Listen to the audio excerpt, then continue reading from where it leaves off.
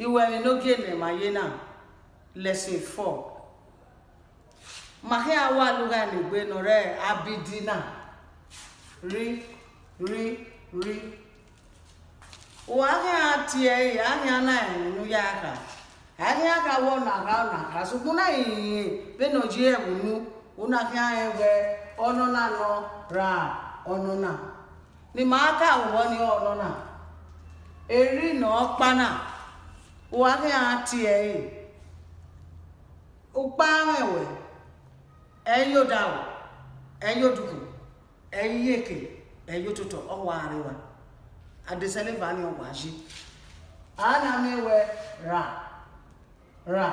ono na we ka ra ono na wa ga we awo o ga we aro le do tie ifemi ewo awo we aro we ewo awo mami ogbera woduku oni neboti beans ena ona la ogbera wotuto oni iwe gain wa mi be kinu dona gain wa kan amo ma we go na ni edene na ere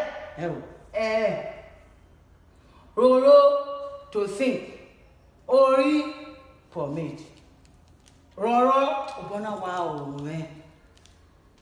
owe outside rara to be frightened 8 wa ga ati ono na aro h no ono na ri Okpamewe oya ade kan odukun lebote upper pilot.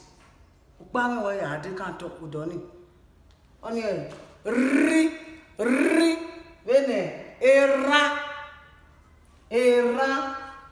ore ere oro uru eru rere rara rie oriugbo orieki rie dorie rie rule age ono na irina Okpamewe odo ade kan ziakowe